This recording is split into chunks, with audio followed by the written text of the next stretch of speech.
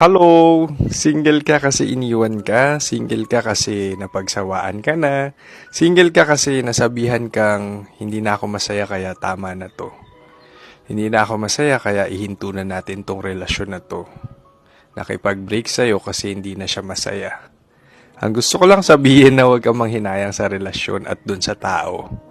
Kasi hindi araw-araw masaya ang relasyon.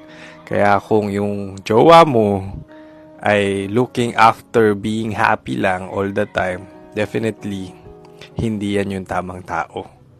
Kasi yung tamang tao is matured enough at alam niya sa sarili niya na ang relationship hindi lang one emotion.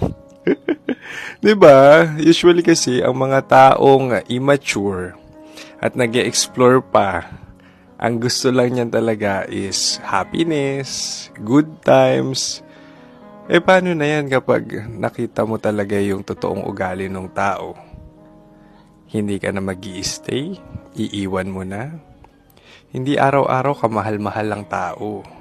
Hindi perpekto ang tao. May ugali at may ugaling lalabas yan.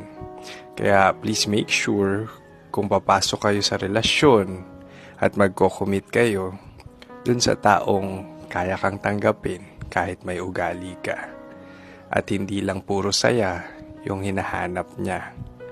Kasi ako personally, gusto ko yung partner na kung makita niya man yung ugali ko, hindi ako iiwan. Hindi ako kamahal-mahal araw-araw pero pipiliin pa rin ako kasi nga mahal ako. Hindi dahil sa masaya lang siya. Ha? Ganun yun. Kaya kung iniwan ka kasi hindi na siya masaya sa'yo, hindi yan tamang tao. Huwag ka manghinayang. Huwag ka manghinayang sa tao. Huwag ka manghinayang sa relasyon. Okay? So maghanap ka dyan. Lumandi ka. Makakahanap ka rin ng katapat mo. Marahil saktan ka man ulit, pero wala ganun talaga. Trial and error ang pag-ibig. Huy! Hanap lang na hanap. Landi lang ng landi. Please make sure ha, sa mature na. Huwag sa panandalian. Okay? Bye-bye!